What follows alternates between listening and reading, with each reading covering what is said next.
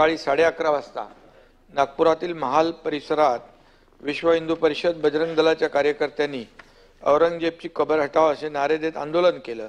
हे आंदोलन करताना त्यांनी गवताच्या पेंड्या असलेली प्रतिकात्मक कबर जाळली। या आंदोलनानंतर गणेशपेठ पोलिसांनी आंदोलकांवर अपराध क्रमांक 114/2025 नुसार भारतीय न्याय संहिता 299 37/1 3 6 135 महाराष्ट्र पोलीस कायदा अन्वये गुन्हा दाखल केला। आंदोलकांवर दुपारी 3:09 वाजता हा गुन्हा दाखल झाला। त्यानंतर सायंकाळी एक अशी अफवा पसरली की सकाळच्या आंदोलनामध्ये जी प्रतिकात्मक कबर जाळली त्याच्या कापडावर धार्मिक मजकूर होता आणि अत्तर रोड मधील नमाज आटपून 200-250 जमाव नारे देऊ लागला। याच लोकांनी आग लावून टाका, जला दो, खत्म कर दो असं घोषणा देऊ लागले। असे हिंसक बोलणे सुरू केल्याने पोलिसांनी त्यांना हटवलं, बळाचा वापर केला। यापूर्वी बजरंग दलाच्या कार्यकर्त्यांविरुद्ध तक्रार द्यायची आहे अशी मागणी करण्यात आल्याने त्यांना गणेशपेठ पोलीस ठाण्यात आणण्यात आलं। त्यांची तक्रार ऐकून घेण्यात आली। एकीकडे पोलिसांची कारवाई सुरू असताना दुसरीकडे हंसापुरी भागात 200-300 लोक हातात काट्या घेऊन दगडफेक करू लागले। त्यांच्या तोंडावर फडके बांधले होते। या घटनेत 12 दुचाकींचं नुकसान झालं। या घटनांमध्ये काही लोकांवर घातक शस्त्राने वार करण्यात आले, घरांवर दगडफेक करण्यात आली। तिसरी घटना भालदारपुरा भागात सायंकाळी 7:30 वाजता झाली। 100-200 लोकांचा जमाव तिथे होता। येथे पोलिसांवर हल्ले झाले आणि त्यामुळे अश्रुधूर आणि सौम्य बळाचा वापर करावा लागला। या घटनेत क्रमांक 1 क्रेन, 2 JCB, काही 4 चाकी वाहनं जाळण्यात आली।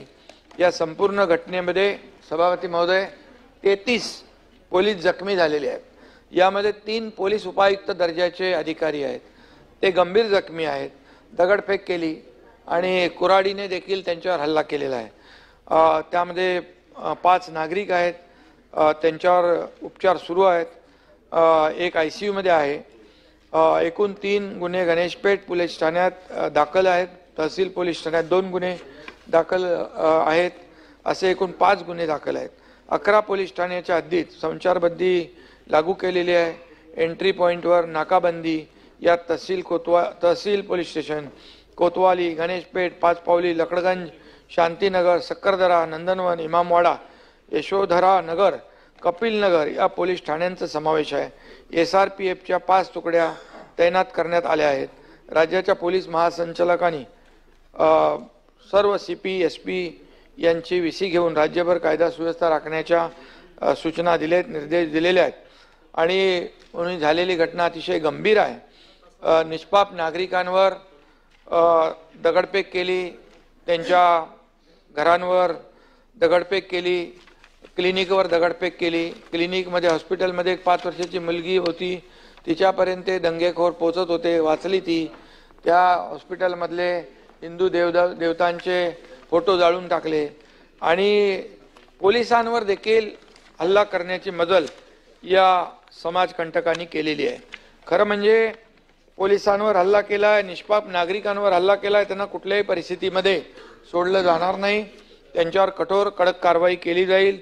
या बाबतीमध्ये पोलीस तपास करतायत आणि पोलीस अशा प्रकारच्या घटनांना पूर्णपणे आळा घालणं आणि कायदा सुव्यवस्था राखणं यासाठी आपण सगळ्यांनीच त्याला सहकार्य केलं पाहिजे। राज्यातली कायदा सुव्यवस्था अबाधित राहिली पाहिजे यासाठी आपण सगळ्यांनीच पोलिसांनाही सहकार्य केलं पाहिजे। आणि काही लोक यामध्ये शेवटी आपलं महाराष्ट्र हे पुरोगामी राज्य आहे, सर्व धर्म एकत्र येऊन काम करतायत आणि या राज्याच्या विकासामध्ये सौहार्दाचं वातावरण आहे। परंतु गेल्या काही दिवसामध्ये ज्या काही आता ही अफवा सोशल मीडियामध्येच कुणीतरी सोडली आणि या अफवांचे काही बळी ठरून या ठिकाणी अशा प्रकारच्या दुर्दैवी घटना घडतायत। म्हणजे सकाळी एक घटना घडली, तिथं पोलिसांनी मध्यस्थी केली, पोलिसांनी ते मिटवलं, दोन्ही समाजाला शांत केलं, शांतता प्रस्थापित झाली। पुन्हा 8 वाजता संध्याकाळी 8:30 वाजता 2-5 हजाराचा जमाव जमला।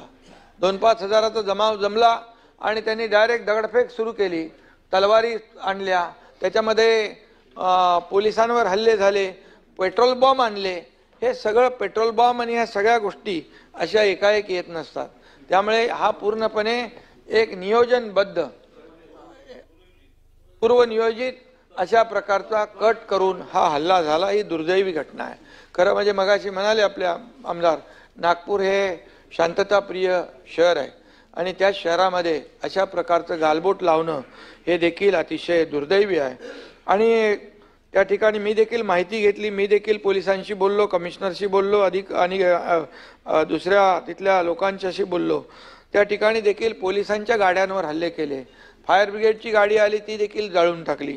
त्यामध्ये एका ठिकाणी दर दिवशी 100-150 बाईक उभ्या असतात, मोटरसायकल पार्क असतात, पण नताभाऊ तिथे एकही गाडी नव्हती त्यांची पार्किंग.